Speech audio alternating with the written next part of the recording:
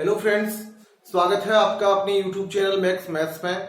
Friends, आज हम आपके बीच लेकर आए हैं वास्तविक संख्याओं से संबंधित कुछ प्रश्नों का अध्ययन। दोस्तों, वास्तविक संख्याएं जो प्रश्नावली है इससे संबंधित कुछ वीडियोस हमने आपके साथ पहले शेयर कर चुके हैं। उन सभी वीडियोज का लिंक डिस्क्रिप्शन में दिया गया है, आप वहां जाकर उनका अध्ययन कर सकते हैं। आज हम जो पढ़ाए गए प्रश्न हैं उनसे आगे के प्रश्नों का अध्ययन करेंगे। दोस्तों, आज हम बात करने वाले हैं यूक्लिड विभाजन प्रमेयिका की। तो दोस्तों, यूक्लिड विभाजन प्रमेयिका होती क्या है? a बराबर बी क्यू प्लस आर, ये यूक्लिड विभाजन प्रमेयिका होती है। और यहाँ a, b और r में एक संबंध होता है दोस्तों कि जो जीरो होता है उससे उससे बड़ी होती है और बराबर होती है मान r का, और r से जो बड़ा होता है मान b का। ये एक संबंध होता है यूक्लिड विभाजन प्रमेयिका में। आपको विशेष तौर से इसका ध्यान रखना है, जीरो जो होता है उससे r का मान, देखिए r यहां आता है, आप समझेंगे अभी विशेष तौर से जब हम इसके प्रश्न हल करेंगे। ये यूक्लिड विभाजन प्रमेयिका है, a बराबर बी क्यू प्लस आर। इससे हम सॉल्यूशन जब हल निकालते हैं तो हमें एचसीएफ प्राप्त होता है। दो संख्याएं हमें a और b हमें प्राप्त होगी, प्रश्न में दी गई होगी। उनको हल करके हम उनका एचसीएफ ज्ञात करेंगे यूक्लिड विभाजन प्रमेयिका से।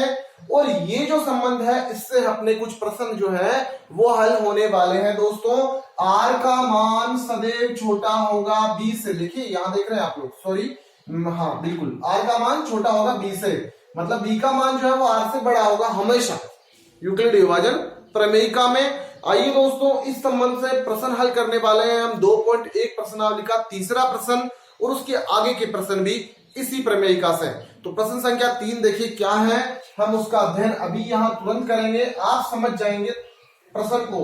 अगर आपने वीडियो को पूरा अंत तक देखा है तो ये पढ़ाए गए सारे प्रश्न गारंटी के साथ आप जरूर सीखेंगे। तो दोस्तों, प्रश्न संख्या 3 जो वो इस प्रकार से है कि दर्शाइए कि किसी धनात्मक विषम पूर्णांक संख्या को 6q प्लस 1 और उसकी बाद में लिखा है दोस्तों 6q प्लस 3, या इसके अतिरिक्त 6q प्लस 5, किसी धनात्मक विषम पूर्णांक को इस रूप में व्यक्त किया जा सकता है जहां q जो है वो एक धनात्मक पूर्णांक है। दोस्तों, जब आप इस प्रश्न का हल शुरू करेंगे तो सबसे पहले जो है आप क्या लिखने वाले हैं, ऐसे प्रश्न हमने 1 और 2 इससे पहले आपके साथ शेयर कर चुके हैं। उसी तरीके से इस प्रश्न को हमें हल करना। तो सबसे पहले हम लिखने वाले हैं कि माना कि a एक धनात्मक विषम पूर्णांक है। माना a जो है एक धनात्मक विषम पूर्णांक है। दोस्तों, a आप एक पूर्णांक मानेंगे जो धनात्मक विषम पूर्णांक है, क्योंकि प्रश्न में ऐसा लिखा है कि एक विषम धनात्मक पूर्णांक संख्या जो है वो 6q प्लस 1, 6q प्लस 3 और 6q प्लस 5 के रूप में हो सकती है, आप इसे व्यक्त कीजिए। तो दोस्तों, हमने एक विषम धनात्मक पूर्णांक माना है a, और यहां आप देख सकते हैं यूक्लिड विभाजन प्रमेयिका होती है a बराबर बी क्यू प्लस आर, जो हमने अभी लिखी थी। दोस्तों, यहां आप देख सकते हैं इन सब में ये जो तीनों फॉर्म है इस रूप में बी क्यू प्लस आर की फॉर्म में। तो आप यहां देख सकते हैं कि यहां जो इन तीनों में b के जो मान है वो क्या है दोस्तों, तो b का जो मान है वो यहाँ 6 है, सब में आप देख रहे हैं। तो दोस्तों, r का मान क्या हो जाएगा, क्योंकि यूक्लिड विभाजन प्रमेयिका का जो संबंध होता है वो क्या होता है, 0 और यहाँ r होता है जो b होता है। तो यहां से हम बोल सकते हैं 0 is less than equal to r और r is less than equal to b, मतलब b जो है वो बड़ा होता है r से। दोस्तों, जब b r से बड़ा होता है तो b का मान 6 है। तो r जो होगा उसके संभावित मान क्या क्या हो सकते हैं, मतलब r के मान 6 से छोटे होंगे। 6 से छोटे कौन कौन से, आप ले धनात्मक मान, तो 0 हो सकता है, 1 हो सकता है, 2, 3, 4 और 5, ये जो मान हो सकते हैं r के संभावित मान होंगे।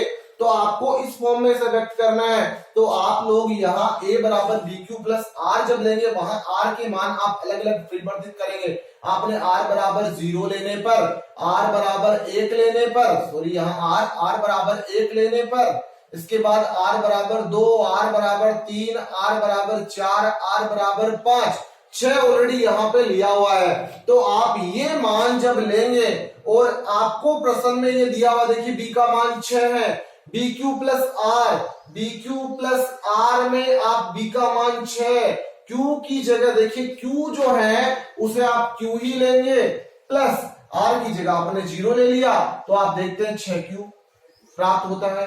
उसके बाद आप देखते हैं तो दोस्तों बी क्यू, बी की जगह आपको 6 लेना है, क्यू की जगह क्यू, आर की जगह आपने 1 लेना, तो ये स्थिति प्राप्त होती है। तीसरे में आप देख सकते हैं बी की जगह 6 प्लस यहाँ 2, ये स्थिति प्राप्त होती है।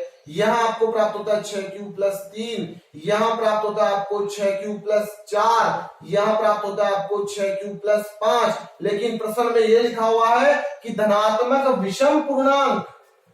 दोस्तों हमने जो पूर्णांक लिए हैं देखिए ये सम है, ये सम है, ठीक है। आपको विषम पूर्णांक लेना है तो ये 0 जो होता है वो सम और विषम दोनों नहीं होता है। तो विषम कौन कौन से होता है देखिए 6 क्यू प्लस 1 से 1 विषम होता है, 3 विषम होता है, 5 विषम होता है। तो 6 क्यू प्लस 1, दूसरा क्या है 6 क्यू प्लस 3, क्योंकि 3 भी विषम है, 6 क्यू प्लस 5। आप देख सकते हैं प्रश्न में ऊपर क्या लिखा हुआ है, ये देखिए कि दर्शाइए कि एक विषम धनात्मक पूर्णांक 6 क्यू प्लस 1, 6 क्यू प्लस 3 और 6 क्यू प्लस 5 के रूप का होता है। ये सॉल्यूशन लिखने के बाद आप ये लिखेंगे क्योंकि चूंकि हमें एक धनात्मक विषम पूर्णांक लेना है, अतः हम देखते हैं कि r के मान 1, 3 और 5 लेने पर विषम धनात्मक पूर्णांक 6 क्यू प्लस 1, 6 क्यू प्लस 3 और 6 क्यू प्लस 5 के रूप का हमें प्राप्त होता है। ये है दोस्तों इसका प्रश्न संख्या 3। अब हम हल करने वाले हैं प्रश्न संख्या 4।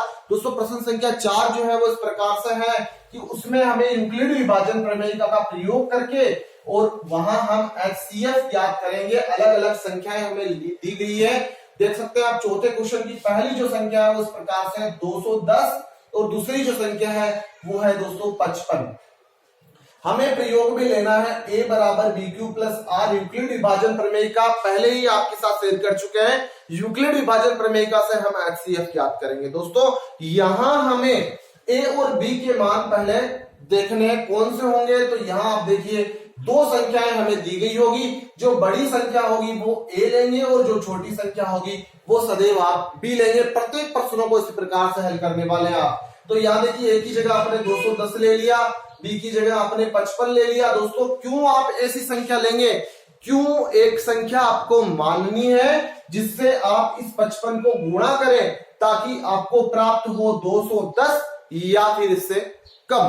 तो दोस्तों 55 को आप देखिए गुणा करते हैं। जैसे मान लीजिए आप एक अप्रोक्सीमेटली नंबर लेंगे, जैसे 55 को आपने अगर 1 से गुणा किया तो 55 ही आया, जो 210 से काफी कम है। 55 को आप 2 से गुणा करें तो आप देखते हैं कि 110 प्राप्त होते हैं। यहाँ 210 है तो अभी आपके पास और संख्या आ सकती है। आप अगर इसको 3 से गुणा करते हैं तो 150 के अप्रोक्स आ जाते हैं। 4 से गुणा करते हैं तो 200 आ जाते हैं और 200 और ये 5 बार 220 आ जाते हैं। तो 4 से आप इसे गुणा नहीं करेंगे, आप इसे गुणा करने वाले हैं 3 से। आप r का मान जोड़ेंगे इसमें। देखिए दोस्तों क्या हो रहा है, 210 ये वाले पक्ष के बराबर है यहां इस हिसाब से। तो ये वाले पक्ष के बराबर कब होगा, जब देखिए इनको गुणा करने में 5 की 15 हासिल हो गई, 1 15 और 1 16, 165 आता है। अभी ये बराबर नहीं है 210 की, ये बराबर नहीं है। तो क्या करेंगे आप, कितना इसमें जोड़े, इसमें 165 में आप कितना जोड़े ताकि ये जो है इसके बराबर हो जाए। दोस्तों देखिए आप जोड़ के देख लीजिए, आप इसमें 45 जोड़ लीजिए। 45 में जोड़ने में 5 और 5 10 के 0 हासिल हो गई, 1 7 और ये 4 11 हो जाते हैं, हासिल हो गई 210। तो आप इसमें अगर 45 जोड़ते हैं तो ये जो दोनों पक्ष है वो बराबर आ जाते, इक्वल आ जाते हैं। तो ये हो गया यहाँ पे r का मान। इसके बाद आप क्या करने वाले हैं, अगली दूसरी लाइन में इसे ही हल करने वाले हैं। आप तब तक हल करेंगे जब r का मान आपको 0 नहीं मिल जाता, तब तक हल करेंगे जब आपका r का मान 0 नहीं आ जाता। तो देखिए आगे आप क्या करने वाले हैं, इसे छोड़ देंगे, यहां से इसे आप a ले लेंगे और इसे b ले लेंगे। आप q को छोड़ देंगे, b और r को लेंगे।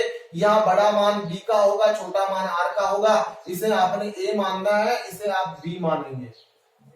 गुणा करेंगे आप 45 को 1 से गुणा करते हैं तो 45 आ जाते हैं और 2 से गुणा करने पे 90 आ जाते हैं, जो 55 से बड़े हैं। तो इसलिए आप लोग इसे 1 से ही गुणा करेंगे। तो 45 में आप 10 जोड़ देते हैं तो 55 आ जाते हैं। यहां से ये a हो जाएगा, ये b हो जाएगा। तो 45 बराबर 10 गुणा 4 से गुणा करेंगे 40 हो जाता है, 5 से गुणा करने में 50 हो जाते हैं, जो इससे ज्यादा हो जाते हैं। तो 40 प्लस 5 ये हो जाता है 45। यहां से ये ए ले लेंगे, ये बी ले लेंगे, तो 10 बराबर 5 गुणा 2 से गुणा कर दीजिए, 5 दूनी 10 हो जाता है। कितना जोड़ेंगे अब 0 जोड़ेंगे। अब जब आप 0 जोड़ रहे हैं तो देखिए आर का मान यहाँ 0 आ जाता है। दोस्तों मैंने भी आपको बताया जब आपका आर का मान 0 आ जाता है तो आपका क्वेश्चन का हल जो है वो कंप्लीट हो जाता है। केवल आपको एचसीएफ का मान वहां लिखना है। तो ध्यान रहे जब शेषफल 0 आ जाता है, आर 0 आ जाता है, तो जो बी का मान होता है वही उस प्रश्न में दी गई संख्याओं के एचसीएफ का मान होता है। तो यहाँ एचसीएफ जो है हमें 5 प्राप्त होता है। इसके बाद हम हल करने वाले हैं इसका अगला क्वेश्चन। तो आप देख सकते हैं इसके अगले प्रश्न में दो संख्याएं दी गई 420 और 130। दोस्तों आप स्वयं इस प्रश्न को हल कर सकते हैं। मैं आपको बताता हूं इसका तीसरा क्वेश्चन जिसमें लिखा हुआ है 75 और दूसरी संख्या है 243।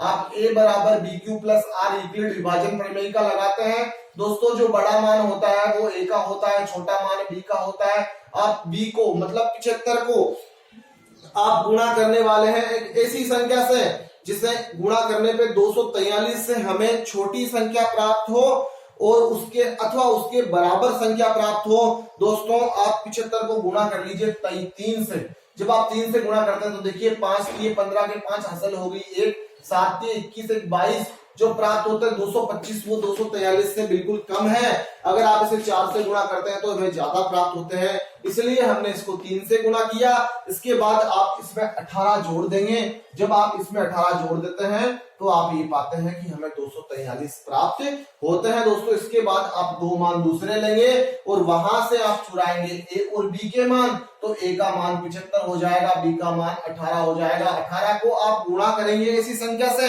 कि वो 75 आ जाए या उससे कम आ जाए, तो आप इसे 4 से गुणा करने वाले हैं। 18 चौक 72 हो जाता है, उसमें 3 आप जोड़ देंगे। दोस्तों यहां से ए हो जाएगा 18 और बी हो जाएगा 3। आप 3 को गुणा करेंगे ऐसी संख्या से कि 18 आ जाए, तो आप इसे गुणा कर रहे हैं 6 से ताकि 6 3 18 और यहाँ आप देखते हैं शेषफल जो है वो 0 प्राप्त हो जाता है। जब शेषफल 0 आ जाता है तो एचसीएफ वो होता है जो बी का मान है। यहाँ एचसीएफ हमें 3 प्राप्त होता है। ये है दोस्तों इसके प्रश्न संख्या 4 का तीसरा क्वेश्चन। इसका जो चौथा क्वेश्चन है उसमें जो संख्याएं दी गई है साधारण सी संख्या है, आप स्वयं भी हल करें तो आप सीख पाएंगे। जिसमें लिखा 135 और 225 के एचसीएफ। अभी हम हल करेंगे इसका पांचवा क्वेश्चन जिसमें लिखा है 196 पहली संख्या, दूसरी लिखी है 38,220। दोस्तों यहां से ए का मान हमें 38,220 मिल रहा है और बी का मान 196 मिल रहा है। 38,220 बराबर बी का मान 196। आप इसे गुणा करने वाले हैं ऐसी संख्या से, ध्यान रहे आप इसे गुणा करेंगे तो ये जो इसे इकलौता प्रश्न है इस प्रश्नावली में जिसमें संख्या बड़ी है, अगर आप इसे छोटी संख्याओं से हल करते रहेंगे तो हो सकता है आपको ज्यादा समय लगे। तो आप विशेष तौर से ध्यान रखें इस इकलौते प्रश्न में 196 को आप 195 से जब गुणा करते हैं तो आपको प्राप्त होते हैं 38,220 और जब 38,220 दोस्तों प्राप्त हो जाते हैं तो अपना जो शेषफल है वो हमें प्राप्त होता है 0 और जब शेषफल 0 प्राप्त हो जाता है तो हम ये देखते हैं कि यहाँ जो b का मान है वही उस संख्या का दी गई संख्याओं का एचसीएफ है। तो यहाँ 196 हमें इसका एचसीएफ प्राप्त होता है। दोस्तों इसका अगला जो छठवां क्वेश्चन है वो आप स्वयं हल करें। अगर आपको किसी प्रकार की कोई भी दिक्कत हो इन प्रश्नों से संबंधित तो प्लीज आप कमेंट बॉक्स में कमेंट करें, उसका सॉल्यूशन सुझाव आपको अवश्य दिया जाएगा। हम हल कर रहे हैं इसका अगला प्रश्न संख्या 5। दोस्तों प्रश्न संख्या 5 में लिखा है यदि दो संख्याएं दी गई, देखिए 408 और एक संख्या दे रखी है हमें 1032। ये दो संख्याएं दी गई है और इन दोनों संख्याओं का जो महत्तम समापवर्त है मतलब जो एचसीएफ है वो बराबर है। दोस्तों इन दोनों का जो एचसीएफ है वो बराबर है 1032 गुणा अक्स, इसके आगे लिखा हुआ है -408 गुणा 5। ये जो दो संख्याएं हैं 1032 और 408, इनके जो एचसीएफ है वो बराबर है इसके और हमें इसका मान ज्ञात करना है। तो आपको आवश्यक होगा इन दोनों का एचसीएफ ज्ञात करना। दोस्तों हमारे पास है यूक्लिड विभाजन प्रमेय का जिसके उपयोग से हम इनका बहुत आसान तरीके से एचसीएफ ज्ञात कर सकते हैं। ए का मान आपने 1032 ले लिया, बी का मान 408 ले लिया, आपने इसे गुणा करना है ऐसी संख्या से जिससे आपके पास 1032 आ जाए अथवा उसके बराबर आ जाए या उससे कम आ जाए। आप गुणा करने वाले हैं 408 को, देखिए 2 से गुणा करते हैं तो 816 आ जाता है, 3 से गुणा करते हैं तो 1200 की अप्रोक्स संख्या आ जाती है, जिससे बड़ी है तो आप इसे 2 से गुणा कर दीजिए। 408 को जब आप 2 से गुणा करेंगे दोस्तों तो आप ये पाते हैं कि यहां हमें संख्या प्राप्त होती है 8 दूनी 16 और हासिल होगी 1, 4 दूनी 8, 816 प्राप्त होता है। अब 816 में कितने जोड़ेंगे ताकि 1032 प्राप्त हो जाए? तो दोस्तों आप इसमें 216 जोड़ के देख लीजिए, यहां आप देखते हैं 1032 प्राप्त हो जाता है, तो प्लस 216 आप यहां लिखेंगे। इसके बाद देखिए आप क्या करने वाले हैं, आप करने वाले हैं यहां से ए का मान ये उठाएंगे 408, बी का मान ये 216, आप गुणा करेंगे इसे ऐसी संख्या से जिससे या तो आपको 408 प्राप्त हो या फिर प्राप्त हो आपको उससे कम संख्या। अगर आप इसको 2 से गुणा करते हैं 216 को तो 432 प्राप्त होते हैं, जो इससे ज्यादा है दोस्तों आप इसे केवल 1 से गुणा करेंगे। 1 से गुणा करने के बाद आप इसमें कितना जोड़ेंगे, तो आप इसमें 192 जोड़ेंगे।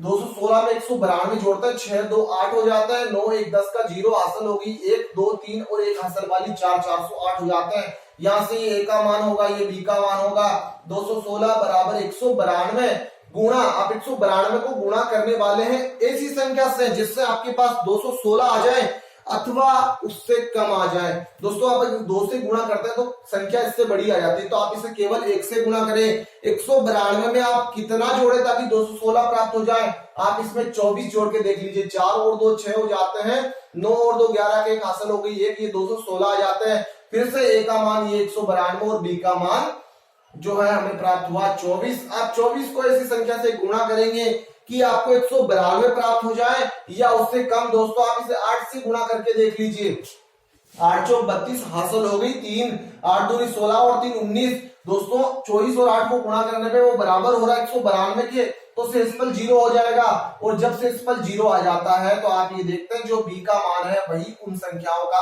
HCF है। और आपको प्रश्न में ये कहा गया है कि आप अक्स का मान ज्ञात कीजिए।